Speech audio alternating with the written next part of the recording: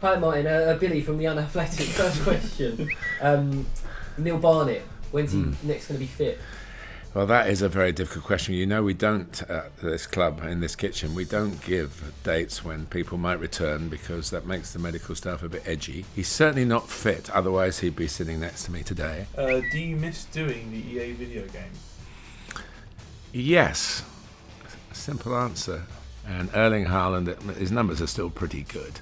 And who knows what he can do over the second half of the season. But Amad Diallo, I think, has shone. The Joy of Football podcast. With me, Neil Barnett.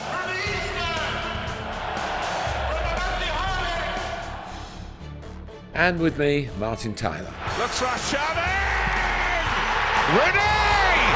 Aguero!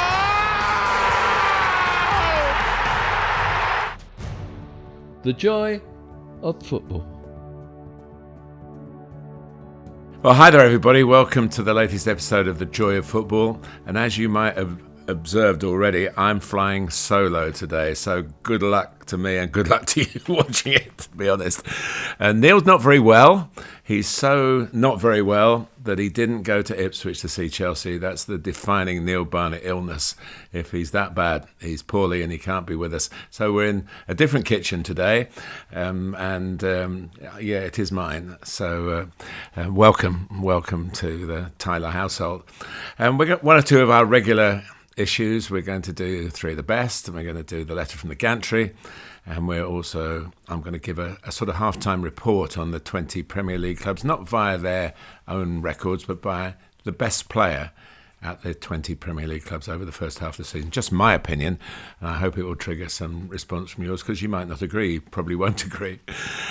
So welcome, and then the final thing we're going to do, which is really the first time we've done this, we're going to answer your questions, which my very talented production team, who've remained in the background for the 40 episodes of The Joy of Football, are now going to be part of the podcast. So as we get later into the show, the questions that you have sent in via all the means available to you, I hope I can answer them all. I'll answer them honestly and truthfully, and hopefully by the end of it all, we've had some fun. So let's start with three of the best, and he makes them pay.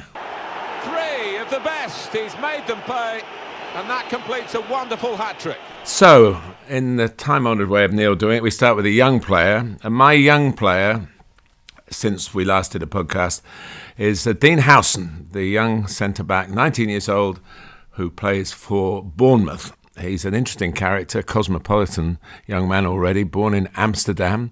His father was a decent player, had a professional career, but the family moved to Spain when Dean was 5, and he's sort of grown up being Spanish. He has played for the Netherlands at youth international level, but now he's thrown in his lot with Spain. He's a Spanish citizen now. I think that's quite recent.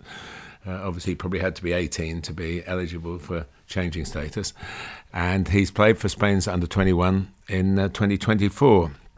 He linked up with Malaga when he went to Spain, and then got a move to Juventus, where he actually made a Serie A debut against Milan, no less. Opportunities limited, and then he moved to Roma on loan and got some more Serie A experience. And then Bournemouth paid, I reckon it's around £13 million with add-ons. It's not always easy to convert the euros to the pounds. But in the summer, a 6-year deal, and he's got into the team. 6'5", but not only a good defender. I think as a 19-year-old defender, he's still got plenty to learn in that respect. And if you look closely at some of the goals Bournemouth have conceded recently, you might point a finger at him. But what he has got is a real knack of goal scoring as well, which is not normally given to many centre-backs. I go back to Steve Bruce, people like Steve Bruce, who got almost 20 goals in one season for Manchester United as a centre-back. But Dean scored the winner against Spurs, and scored the first goal at Old Trafford in Bournemouth's recent 3-0 win at Manchester United. So he's quite a prospect, and he's my young player, one to definitely keep an eye on. The old player, he's the man who's really taken Nottingham Forest to a level a long time that they last reached, going back to the Brian Clough days. Nuno Espirito Santo, who has masterminded a remarkable improvement, really. Forest having got up, excellent work from Steve Cooper, who kept them up, and then they went in a different direction to be retained in the Premier League again, and now finding them in the European places, not just the European places, the Champions League places as well. He's one of the very few ex-goalkeepers to have managed a team at this level in the Premier League. Mike Walker back at Norwich and Everton, Nigel Adkins, I think at Reading as well as Southampton, and Julian Lopetegui, of course, Wolves, and at the moment at West Ham. We've had a few caretakers. An old friend of mine, Jim Barron, who's in his 80s now, I think, has been assistant manager at Bath City. He was a caretaker manager in the Premier League for a game or two. I'm still in touch with Jim. Kelvin Davis, Eddie Needs-Vesky, people like that have had interim jobs, caretaker jobs. But as permanent managers, Nuno's really one of a very small set. He's mostly a very calm person. Although I was at Brighton when he got sent off and handed a ban at the time, where pretty much everybody at the club, from the chairman downwards, was getting a ban. He's finished 2024 with 5 straight wins, a very sweet one included in that over Spurs, of course, who had him and then pretty summarily dismissed him. He wasn't given too much of a chance. It was a very abrupt ending. And my next game is Wolves against Nottingham Forest. So he'll be going back. He's been there before with some success in the past. So, but now going back in the position that Forest are in the table against the club that certainly had a very recent improvement, a bounce manager from another Portuguese, of course, Vitor Pereira. So we'll see how that goes. I'll be there to maybe report on that in the next podcast. So the old player Nuno, fine goalkeeper in his day, but really cutting the mustard as a head coach. And a very personal choice of the player, because he's somebody I had the privilege of coaching for about 6 or 7 weeks, maybe 6 games, I think, in the National League South with Hampton and Richmond Borough. Jack Taylor of Ipswich Town, who scored that very late goal at Molineux for Ipswich to win the game that sadly meant the departure of Gary O'Neill. Jack obviously didn't have that in his mind. He was trying to get the job done for his team, and he did. It meant he scored in 5 divisions of the football pyramid, the top 5 divisions. He played under Alan Dowson and myself in the 6th level, and he didn't score, but he only had half a dozen games, and he was very nervous when he came. By the time, in fact, Barnett, who was parent club at the time, called him back, and we spent the rest of that season, I think it was October to December, maybe around 2016, something like that. So 8 years ago, he was a callow teenager. He's in mid-20s now. We tried to get him back, and we tried to get him back again and again and again, and they weren't having it. And definitely at that age, I did speak to one of the England youth coaches to recommend that Jack might go off even at that age and be a player of that talent at international football. But he's actually thrown in his lot with the Republic of Ireland now. So good luck to him in that career. But it was a very special moment. I was sitting just a couple of double doors behind the camera pointing at me. I was sitting on the sofa in there. I didn't know. I was just watching Match of the Day. I didn't know that he'd done what he'd done, and I nearly hit the ceiling with personal delight to see somebody that you've actually been on the training ground with and been in a dugout with, to do that. It was a very special moment. So all the best, Jack. Right. It's time now. Neil normally goes this. It's time for Martin Tyler's letter from the gantry. Letter from the gantry. Please forgive any self-indulgence here, but I've been coming to terms with how the last 50 years have flown by, from December the 28th, 1974 to December the 28th, 2024. Both dates fell on a Saturday. On the former, my first television football commentary, and oddly on the latter, no football at all in the upper echelons of the English game. For the record, I did find a match to watch: Rains Park Vale against Hanworth Villa in the south central section of the Isthmian League. Vale run by the Gallagher family, of whom Atletico Madrid's Connor is the most renowned member. Also in attendance, an England player from the best part of 30 years ago, John Scales, who played in the Premier League for Wimbledon, Liverpool, Spurs and briefly for Ipswich, and prior to that was a member of the Don squad which went all the way in the FA Cup in 1988. Our football pyramid is still a powerful attraction. As for commentating, I guess my Boxing Day broadcast for Premier League productions of Wolves' 2-0 win over Manchester United represents the anniversary, as it was the final game of my 50th year in the job. It was a tough one too. Present was the commentator's greatest enemy, fog. The gantry at Molineux is on the high side, so Dave Edwards, the former Wolves and Wales midfield player, and myself were above much of the mist and trying to peer through it. Only once in my half-century behind the microphone has a broadcast involving me been abandoned while the match was going on. It was in my least favourite ground of all time, Munich's Olympic Stadium, now happily the former home of Bayern. With the running track, the near touchline always seemed as far away as the far touchline in most other venues, and that was when the skies were clear. This was November 1982, Bayern versus Tottenham in the old European Cup Winners' Cup. Once our coverage had been stood down, I ended up going to the edge of the pitch just to check out what was happening. Bayern won 4-1, and there is some very blurry footage online to prove it. On Boxing Day, Dave and I were not quite so discomforted. We both spotted that Matheus Cunha scored directly from a corner. And then in the 8th minute of added time, Hwang Hee-chan, with Cunha's considerable help, wrapped it up for Wolves. My next game came on December the 29th, so in the pedantic manner of all commentators, it was technically the first match of my 51st year, though the fact 5-0 were on the final scoreline seemed appropriate. But again, pedantically, it was actually 0-5, as Liverpool rounded off their 2024 in fine style at West Ham. No fog, and no obscuring the enduring extraordinary talents of Mo Salah, and the calm hand on the tiller of Arne Slot. To go back to my beginnings, it was Southampton versus Sheffield Wednesday in the old second division, the Championship now. And the preparations of the commentators I was trying to join, John Watson and Barry Davis for the BBC, Brian Moore, Hugh Johns, Gerald Sinstadt and Jerry Harrison on ITV, seemed very straightforward now. Just one named substitute per side, and little secrecy about the lineups. Usually, you had to prepare the details on a total of just 24 players. For Wolves alone on Boxing Day, I had 30 players on my prep sheet. For United, 32, including Marcus Rashford, just in case. The only foreigners for Southampton in 1974 were 3 Scots, Jim Steele, Hugh Fisher and Jerry O'Brien. Sheffield Wednesday started with 10 Englishmen, plus a Welsh right-back, Peter Rodrigues, who within 18 months would be holding up the FA Cup at Wembley as captain of Southampton. Both managers, Laurie McMenemy and Steve Burtonshaw, were homegrown Englishmen. Wolves' starting 11 on Boxing Day had 7 players for whom Portuguese is their first language, 1 Spanish-speaking Uruguayan, 1 French, now an Algerian international, Ryan Ait-Nouri, the Norwegian, Jürgen Strand-Larsen, and the dead cert for the post-match interview, Matt Doherty, a rich Irish brogue, of course, to his native English tongue.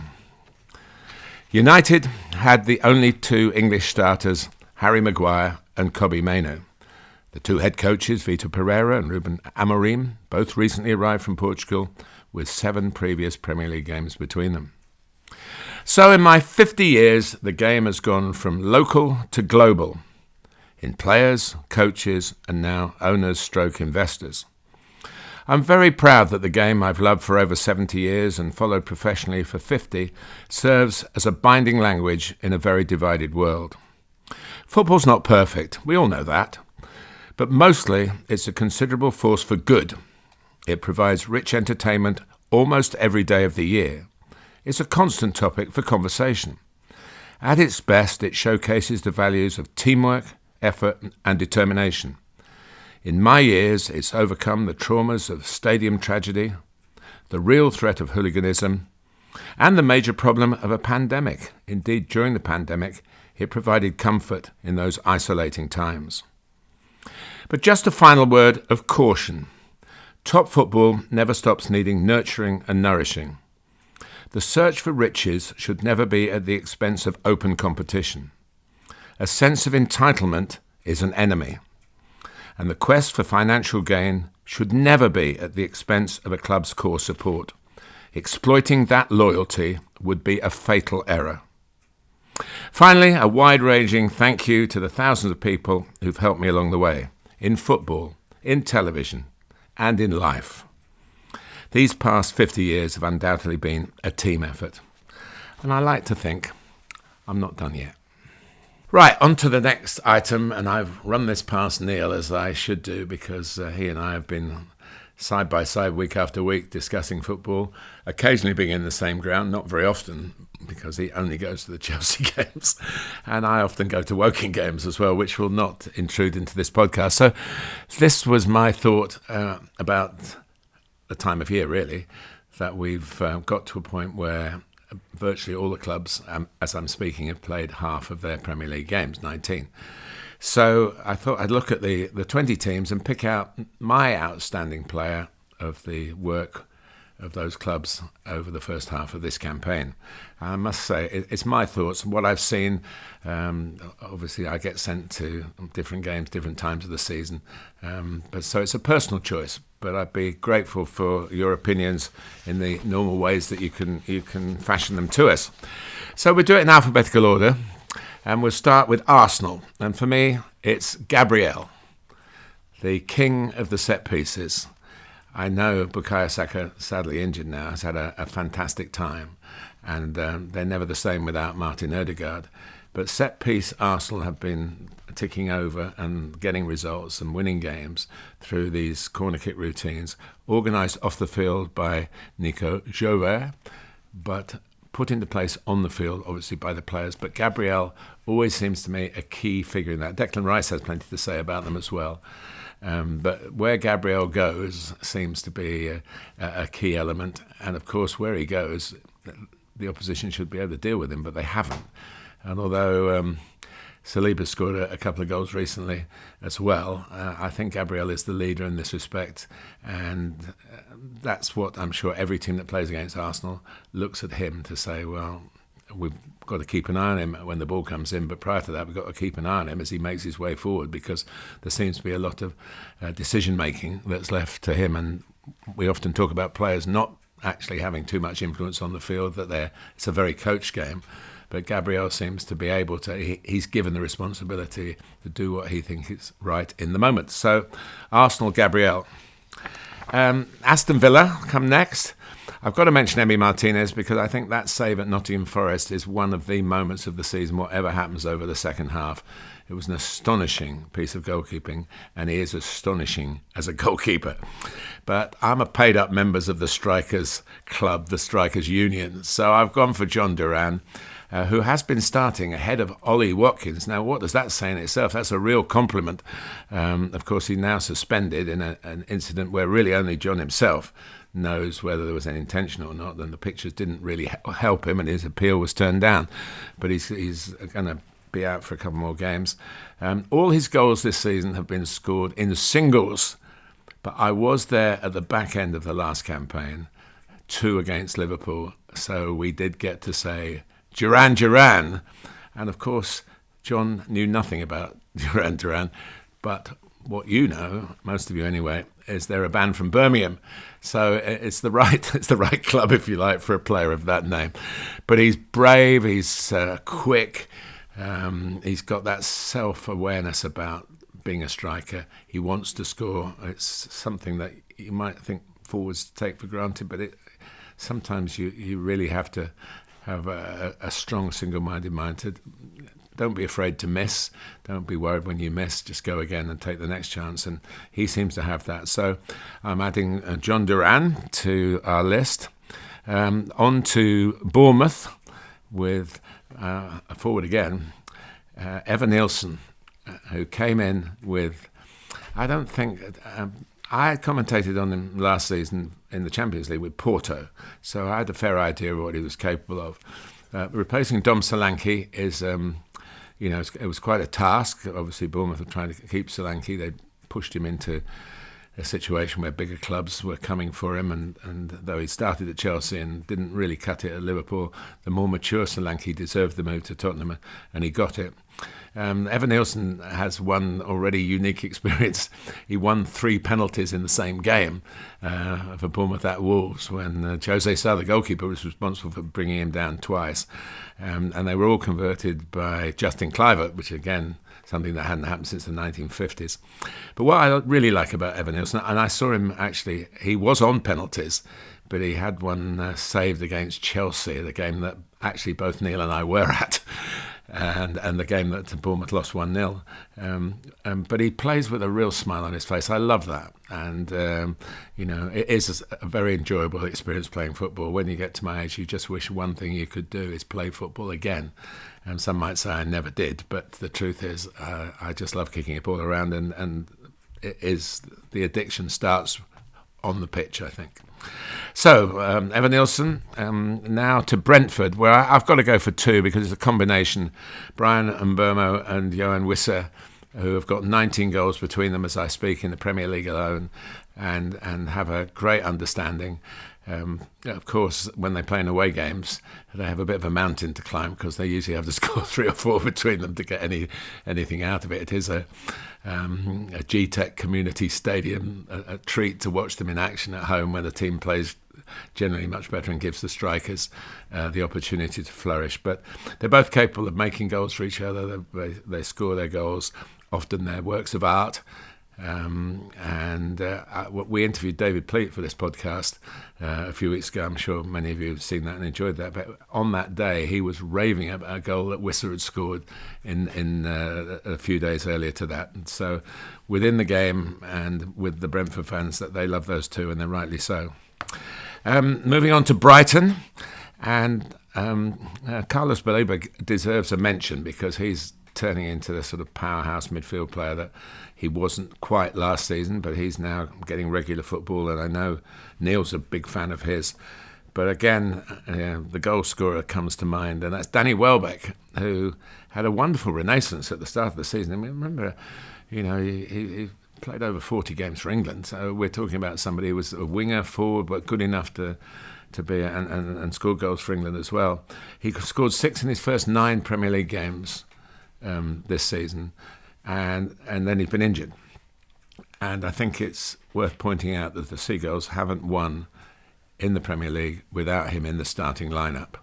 So Danny, get fit soon. That would be the message from the South Coast, I think.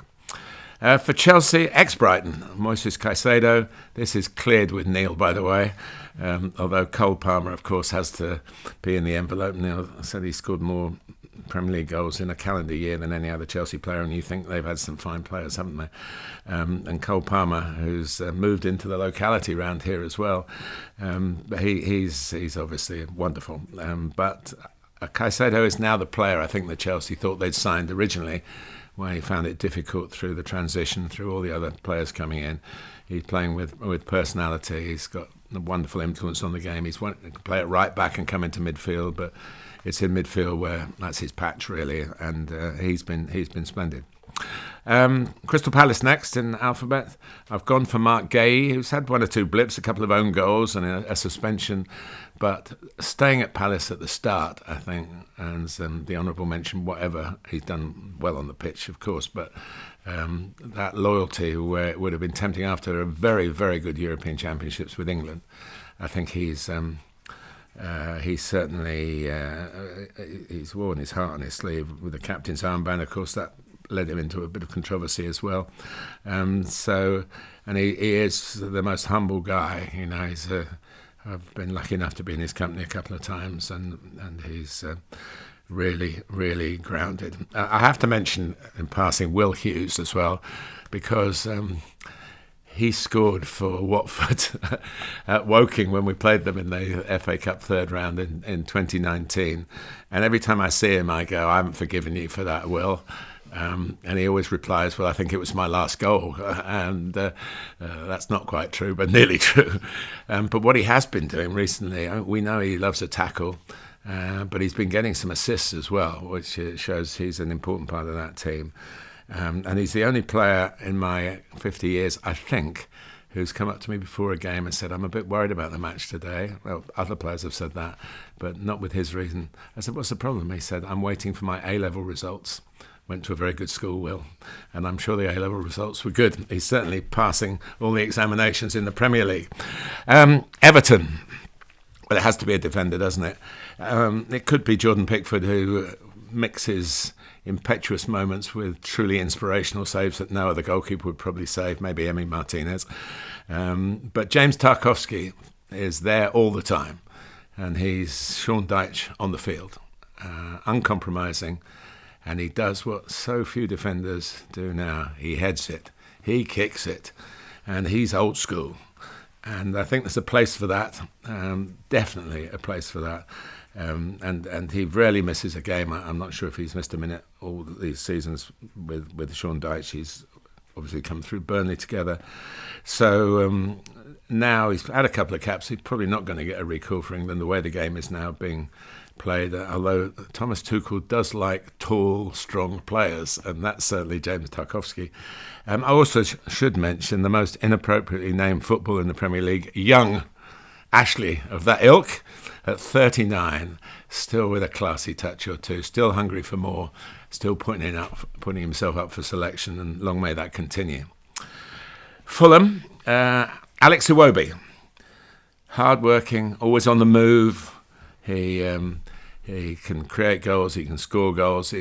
Potential at Arsenal, time at Everton where he was a good player and very popular there, and the move to Fulham, maybe back to London, has helped him find yet another level.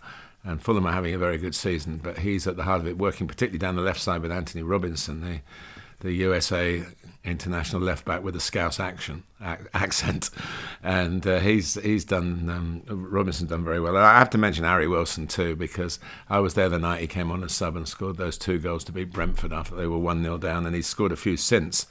I found out a couple of years ago that on my family tree there was some investigations done by relations that my great grandmother was Welsh. And I have suspected it because my mother's maiden name was Jones. So I look out for the Welsh players now with a little bit more interest than perhaps previously. So well done, Harry Wilson. On to Ipswich, and that's an easy one, isn't it? Liam Delap, the powerhouse.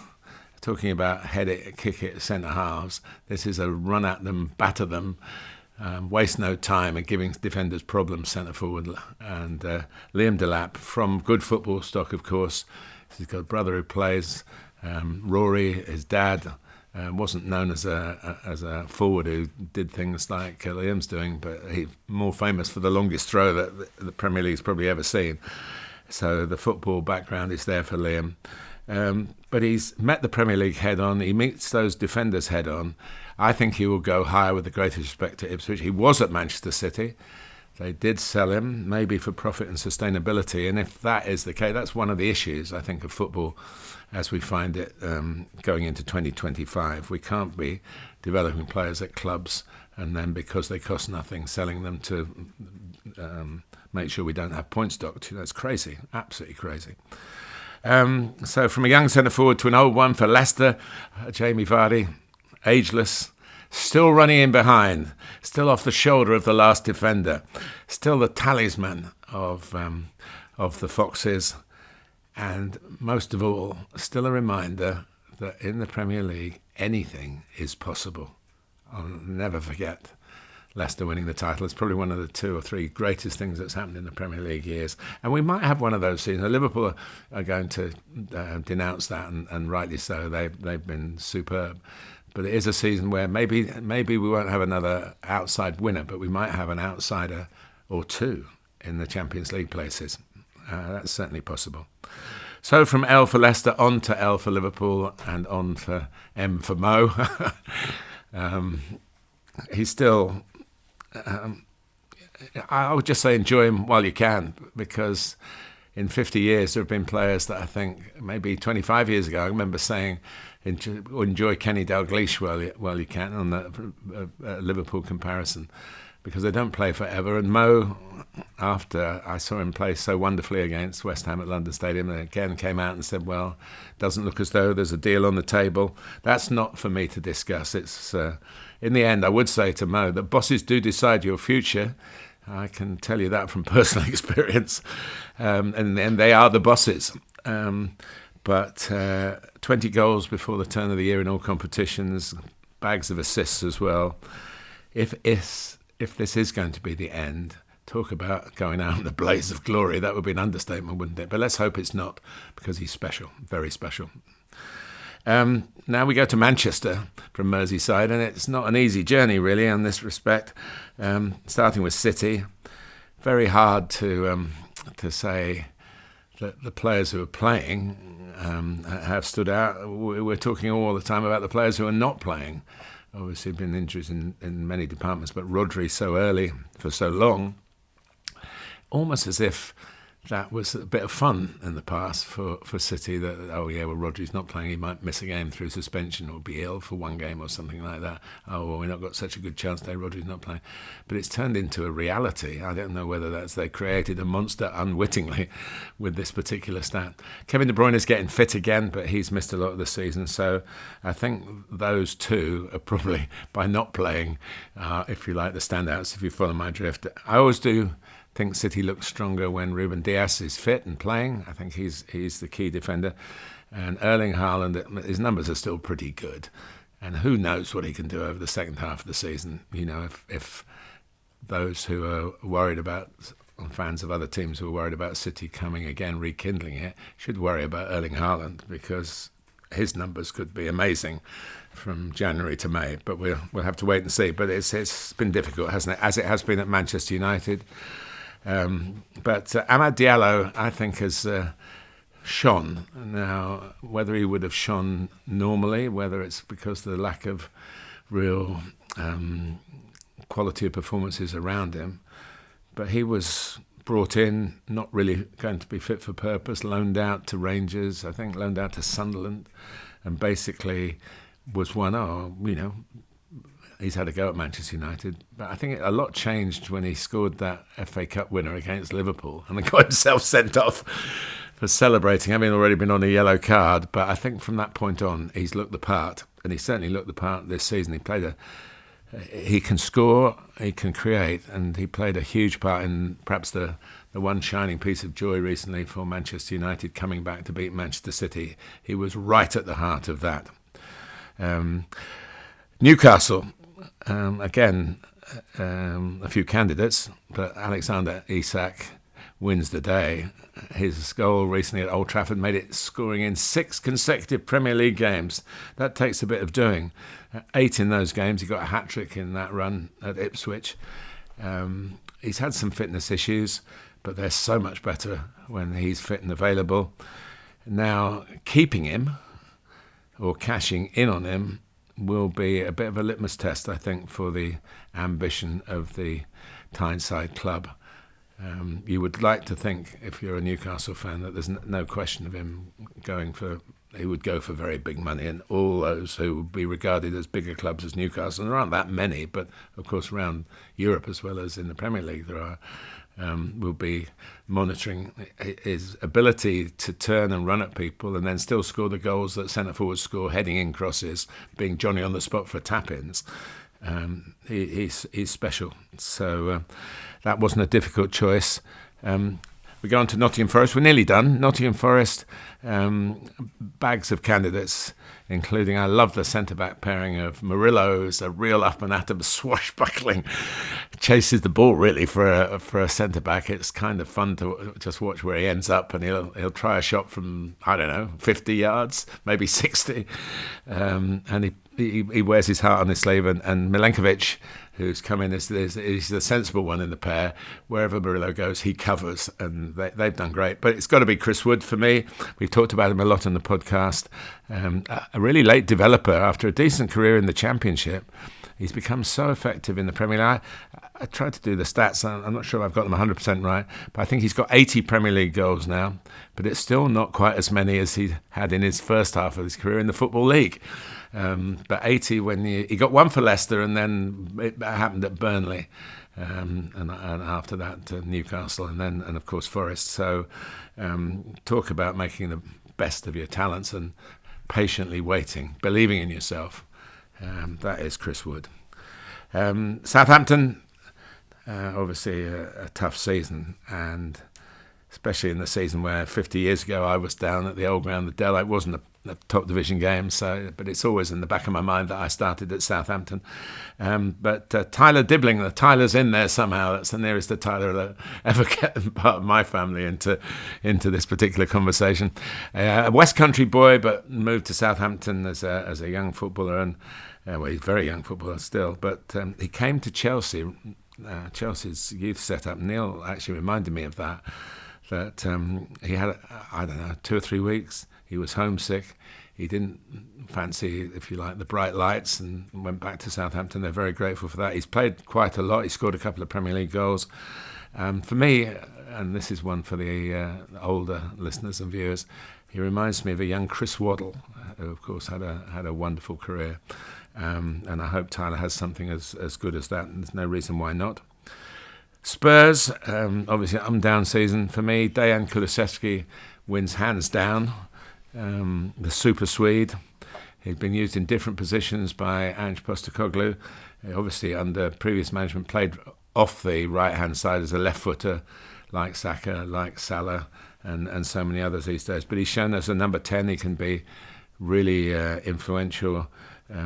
I watched the game recently against Liverpool, and it went from 1-5 to 3-5. He dragged Tottenham up that ladder to get close, and then, of course, Liverpool sort of saw it out.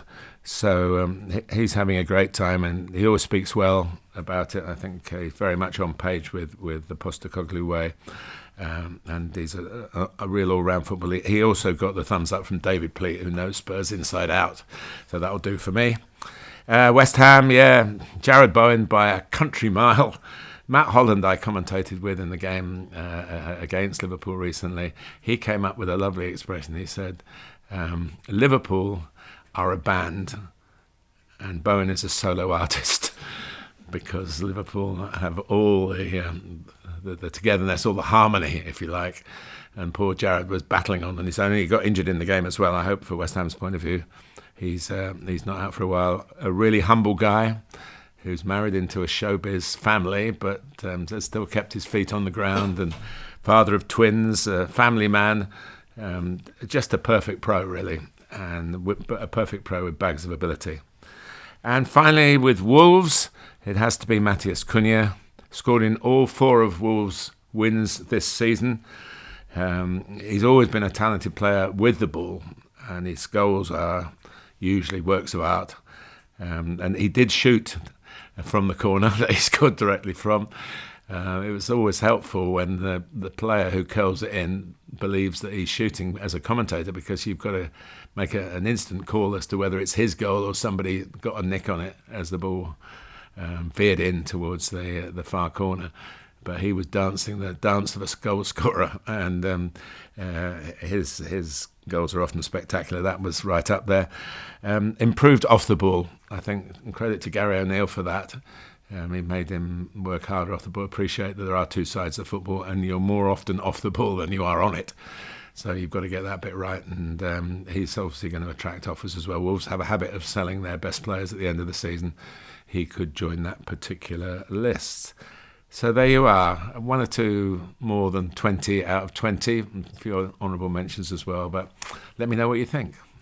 Well, now time in the podcast that I'm really looking forward to, because my wonderful production team, our wonderful production team, Billy, Nathan and Michael, whose voices you will hear asking some questions that you've put on the social media to reach me via them, and ask away, because there's no secrets here.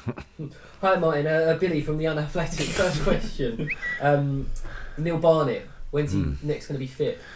Well, that is a very difficult question. You know, we don't, at this club, in this kitchen, we don't give dates when people might return, because that makes the medical staff a bit edgy. He's actually in PR mode. But what I can say, I've spoken to Neil today. Mm-hmm. He's certainly not fit, otherwise he'd be sitting next to me today. But he's hopeful that a New Year's Eve celebration might restore some of the vibe, some of the juices might flow again.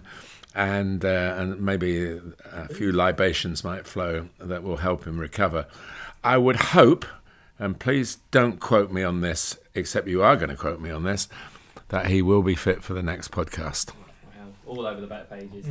On a more serious note, we have quite a few questions, as you say. Should we start with Josh James? And it's straight out the box. What has been your highest highs and your lowest lows of your career? It's a nice, easy one to start with. I think the lowest lows are easier to answer because they come after every commentary, because it's a quest for perfection that you can't ever reach, but you do try. You still go to every game thinking, I would love to get this word perfect, but you're doing 2 hours of broadcasting unscripted, apart from the team news, which is scripted because we have to get that bit right. And you come away mostly thinking of the things that you might have said or the things you wish you hadn't said.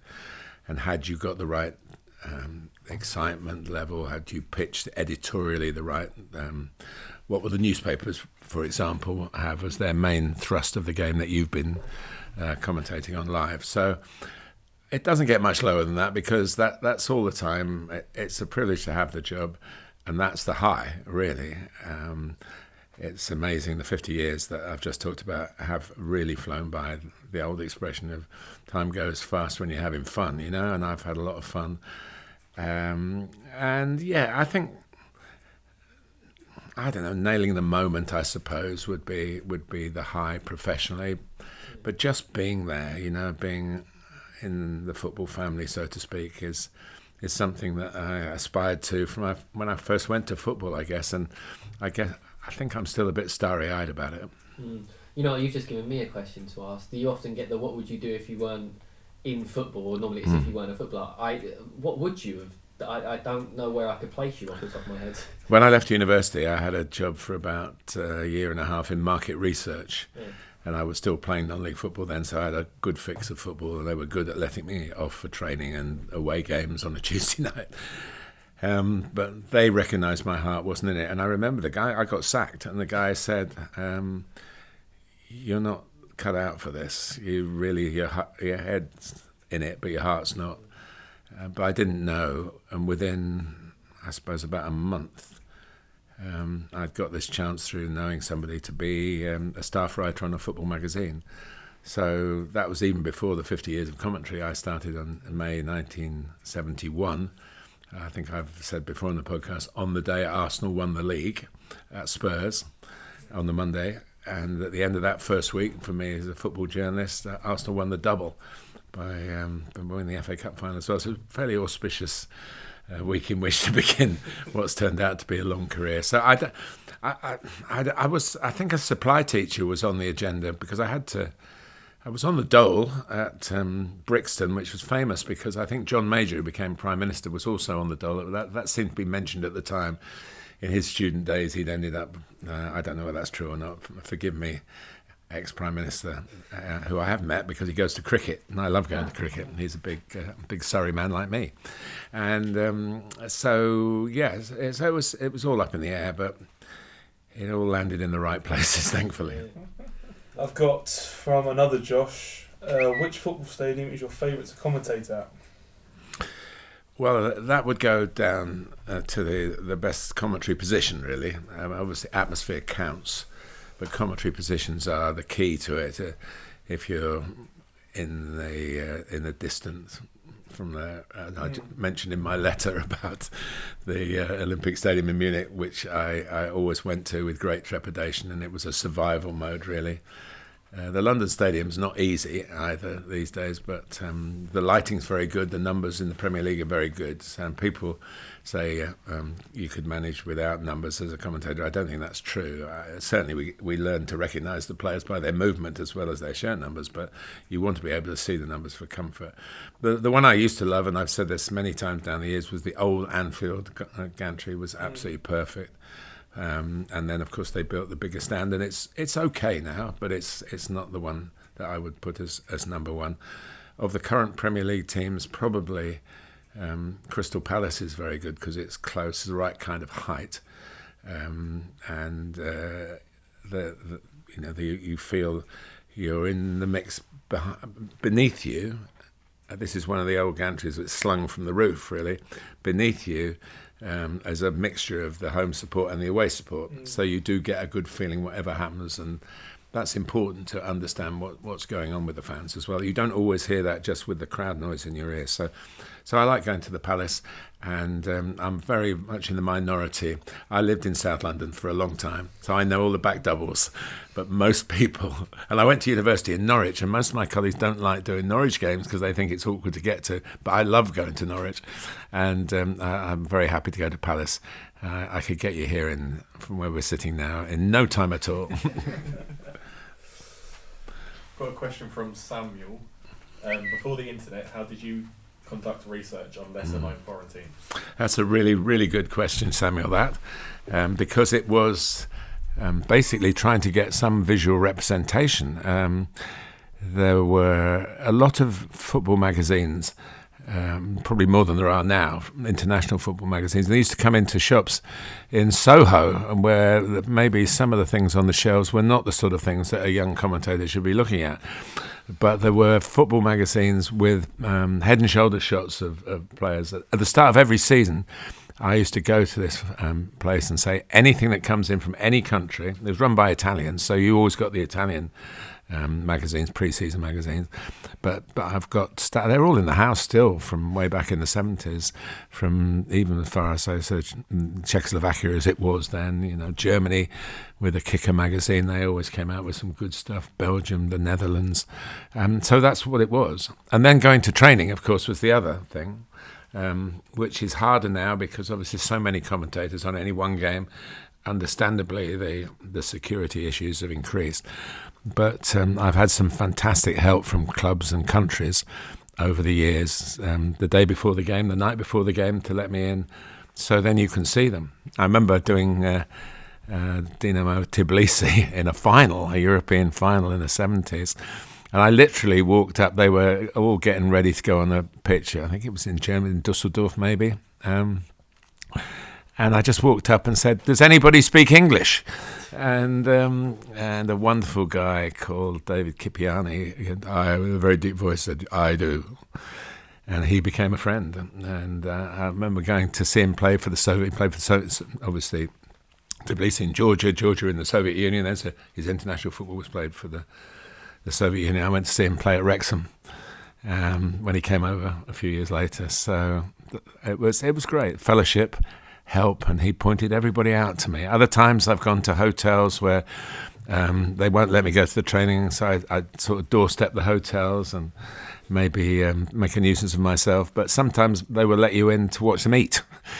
So they stand in the doorway of the restaurant and they go, "That's him, that's him." It's a bit harder to translate that into running around on a football field, but it gave you a start. So all that was done, and of course it's so much easier now with you can virtually see every team. I'm trying to think who I've done this season that in a Champions League game that I hadn't seen before, where it's been really straightforward to get ready. Lille, I think, was one I didn't know much about, although Angel Gomez was playing. But everything I watched edits on my own television on YouTube, and it's amazing. It's amazing what's on YouTube. There's even some of the games that I coached on YouTube as well, which is a bit horrifying sometimes. But and old interviews that I did 50 years ago when I did look a bit better than I do now. Okay, so one from Mo Hassan. How many games do you think you've commentated? If you had to round it, core, how many do you reckon you've got to be at now? No, I was talking to Steve Wilson of the BBC at West Ham and about the fact that I'd done the job a long time, and he said John Motson would know exactly. He'd know when it was his 1,000th game, his 1,500th game, or whatever. I have absolutely no idea. Everyone's been a blessing. I've been very lucky to have so many. And when it all does end, if I'm still got breath in my body, I might have a look back and come up with some total, but it doesn't really matter. The 50 years matters to me, which I think is a good stint, really. And of course, maybe the first half of that, maybe a bit longer. The first half of it, there weren't so many games to do. So it's probably not as extraordinary as it might seem, but an awful lot since the explosion of football and the sports channels coming in, and obviously very grateful to Sky for all the time they gave me to do lots of games. So plenty is the answer. How do you even go about tallying that up? I don't know what sort of... There's a database that has every single one of your games listed. You're joking. Yeah, So we could actually look up the answer right now. Yeah, you could count it. Yeah, but it might not be right. I've gone through it, and everyone I've looked at so far has been right. So. Yeah, but the truth is there might be some that's not on the list. Yeah, Have you got it to hand though, in the sense of like how many it references? Well, this would be unique for me because I have no idea. Oh. Literally, I'm not fabricating this for the So podcast. start counting now, Mike. Yeah, Start yeah, counting. just count on the screen. To be fair, in the meantime, if you want to have another question, Nathan, unless you Yeah. want to No, I can't. It keeps We'll come back to that. Yeah, we're I'll circling wait around. on it. Okay. Yeah. Why William Quinn? Yes, William Quinn. William Quinn. Do you miss doing the EA video game? Yes. A simple answer. You should say no. Next question. I do. I really enjoyed it. It was very challenging. I wonder whether at some point Alan Smith and I will become sort of part of the veteran side of the game, and whether we might get another go at it. We would like to, that's for sure. No, it's a wonderful product. It was great to be part of it, and you know, my career started at ITV, a fantastic training ground and breeding ground, if you like. Sky, fabulous 30 plus years, and games like the EA, the FIFA game as it was then. It's to be part of something. My bit's a tiny bit, and all these things, you think of the technology involved in all of it, that I've just been lucky enough they need a voice, and my voice fitted for purpose, really. So it was hard work. There was a suggestion earlier when we were talking before the podcast about which is the best name to shout, but I've shouted them all because in the computer game you have to do that. You have to do the different intonations, which culminate in the goal roar, and so yes, the shorter names are probably pretty good for that. Easier, Shearer, Rooney, that kind of stuff, you know. But I think Aguero did all right. Yes. And Well, we were saying beforehand, what was one of the hardest? the longer names like Ibrahimovic doesn't quite roll off the Doesn't tongue. roll off the tongue, yeah. No. But obviously he scored bags of goals, and I commentated on a good number of them. But you don't sort of think of it like that, really. You just think of, first of all, have I got the goal scorer right? That's the most important thing. And none of us are faultless in that respect. But and now I think the more experience you get, the more you back off if you're unsure. You don't commit yourself to it. That I mentioned on my letter from the gantry a couple of weeks ago about the difficulty with these corners. You know, to make sure that you've got the right final touch. You can always go, well, actually it'll be his goal or something like that. But if there's a big goal roar and it's not their goal, then you feel that's one of the times, that's kind of the low feelings that I was mentioning earlier, you know. But knowing the name, pronouncing them, of course, is the key. Yeah. And it's still, and I had a conversation with my boss at Premier League Productions about it, and that there's no hard and fast rule now, and we sort of go on the principles of how it's pronounced in their own land. Yeah. And yet we break that rule all the time because of some that we've already got into that don't actually like. Bruno Fernandes is the one we've talked about it before. But I understand, I've got a very good friend in Portugal who helps me on all these things. And he said, look, it's not called Bruno Fernandes. It's only in his part of the Portugal that they call it like that. Yeah. So yeah, but it is... I don't know how much the viewers, this is where I'd have to do some research from our listeners and viewers as to how much it irritates or how much it doesn't. I don't like hearing the names being mispronounced, but who am I to say whether they're mispronounced or not? We do get, the Premier League send us every year, they get the players to stand up before, with a green screen behind them, and say their name, just into camera. And they say it 2 or 3 times. So it's there as a point of reference, and I go back. Gonzalo Guedes at Wolves, I just went back to check because people call him Guedes and whatever. So he says it. And one at Manchester United, 2 of the 3 lads here are United fans. It's Diogo Dalot, not Dalot, as I hear on even Manchester United's own TV channel. I've got it actually on my phone. because obviously you can take these things around with you just to check him saying his name. That should be good enough, really, shouldn't it? Yeah. But I understand. Some people are gifted with languages, and some people find that it's a chore to get. They don't immediately look at a French name and say it naturally because they did French at school or something like that, you know. But I've got friends in a lot of countries who we check with, and before trying to think the Euros in 2021, the 2021s that were delayed in England, I did it for UEFA, and we had everybody around the competing countries phoned in their lists on a voice note, so we got it all there, just in case. It probably bothers me more than most people, I think, but you strive to get it right. Yeah. But do you have to? I always say to the co-commentators, you say it how you like, you know. Yeah. You say it how you. I mean, Gundogan keeps being said like that by co-commentators when it is Gundogan, and that G is a bit of a problem actually. In it's a Turkish thing, isn't it? He's German but with a Turkish background. So yeah, pronunciation is something that's a constant. Even going into my 51st year, it's still a thorn in the side. It's probably only gotten worse with the influx of foreign players. Well, yeah, but I was telling you three just now. I put it on that I started at Yorkshire Television, really my first regular job after leaving Southern Television. It was then Meridian, and they had their great goal scorer at Sheffield United was called Alan Woodward. And saying that at Sheffield, it was invariably a bit chilly on the gantry, and with lips that weren't perhaps functioning properly. Wood. I remember saying wood once like this, and laugh and thinking, what on earth have I done? And in those days, any little stumble and I was like in bits. So he scored wonderful goals that deserved all the superlatives. He was a great striker of a ball, right-footed he was a right winger, but in the old days, but he'd come inside on either foot and smash it in from 20 yards. So if you stumbled on his name when he'd done something like that, you did feel bad about it. But that was just a peculiarity, I suppose. Right. So another question from Michael.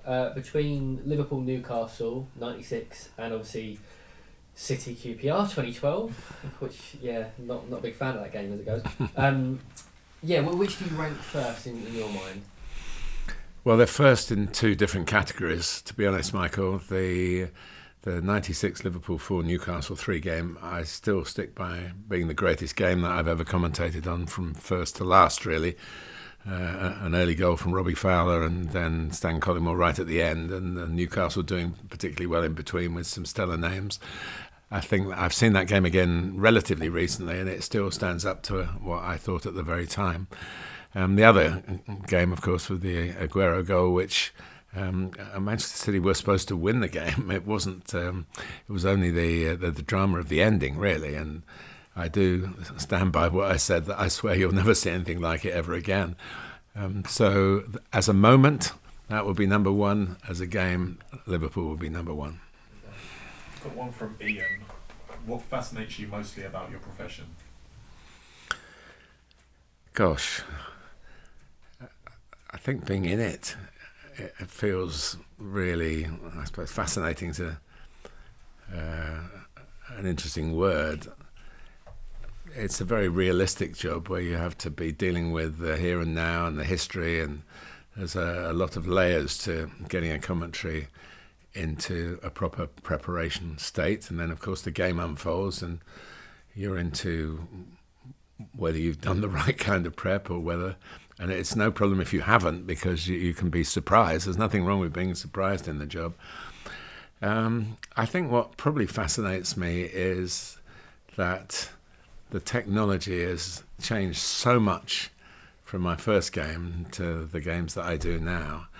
And yet my job is exactly the same, to identify the players, to impart information as and when, hopefully when it's relevant, and to work on the interpretation of the game with the co-commentator, or if it's just me on my own. I've done some Champions League games on my own this season, to try and interpret the action in a football sense. So if you add all that up together, you go to work basically going into a potentially fascinating scenario, because there are so many elements, and sometimes I even just consciously think, I wonder who's going to be the hero today.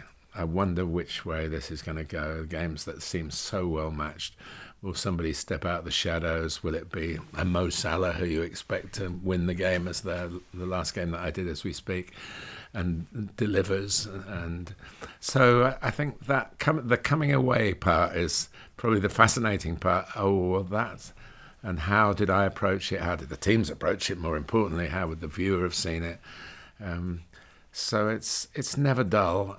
If it had been in any way anything other than challenging and exciting, I would have stopped a long time ago. I probably would never have done it in the first place. It's always a challenge, and I think life should be full of challenges, even at my ripe old age. What's the best game you've been to as a supporter? Well, I'm a Woking fan, so it would have to be a Woking game. The 1958 Amateur Cup final with 71,000 at Wembley, and when my first ever trip to Wembley was something that's still in my mind. I still see there are one or two players still alive living in the area here where I live, where I can still go and reminisce with them that played in the game. The goalkeeper, for one, Woking won 3-0 against a team called Ilford, who were in the same league as Woking, so Woking were favourites, really. But it was a hard game, and it 1-0 at half-time, and then the goalkeeper, John Burley, made some marvellous saves, and he's got a wonderful memory, and we sit and I go around and have coffee with him from time to time, and we just relive it all. So that's probably right up there. I mean, Woking more recent, through a child's eyes. More recently, Woking, not more recent, in the 90s, they won the trophy 3 times in pretty quick succession. So I was at 2 of those, and the one I wasn't at was the day when you guys won't want to remember this as well, when the day when Manchester United didn't beat West Ham, and Blackburn lost to Liverpool but still won the title. And that day was the same day that Woking won the FA Trophy, and it caused chaos at Sky because it went to extra time, and Woking won in the 119th minute. And I was leaping about in joy instead of concentrating, because the game was up on our monitors on the gantry, rather than fully concentrating on what lay ahead in the drama of the final day of the Premier League season. I actually, it gives me a chance that I should have mentioned this earlier, I think. The goalkeeper who stopped Manchester United winning the title made a very emotional appearance at West Ham recently, prior to the Liverpool game, Ludek Miklosko, who put together a catalogue of saves that stopped Fergie's United, was 95, would have retained the title. And Blackburn, although Jamie Redknapp curled in that free kick at the end to win the game for Liverpool at Anfield, United only drew. And Ludek Miklosko was magnificent. He's not in magnificent health. It was a very sorrowful, but in a way poignant and happy in that he looked so well, and he's seriously ill. And he's made a decision not to carry on medical treatment, which might prolong his life. It was something that he wanted to happen. So, although many of us were tearful about it, because he's such a popular person at West Ham, and it's chanted his name. People didn't know this. The fans, I don't think, knew this until the night. But they've been chanting his name. He's just one of those iconic West Ham figures that they chant the name. And now he's made this decision regarding his own health. So God bless Ludek. Well, that's about it. It's been not quite a solo adventure, because the production team, who definitely deserve some time in the sunshine, they've been brilliant. Without the 3 of them, whose combined ages don't add up to mine, or Neil's, I don't think.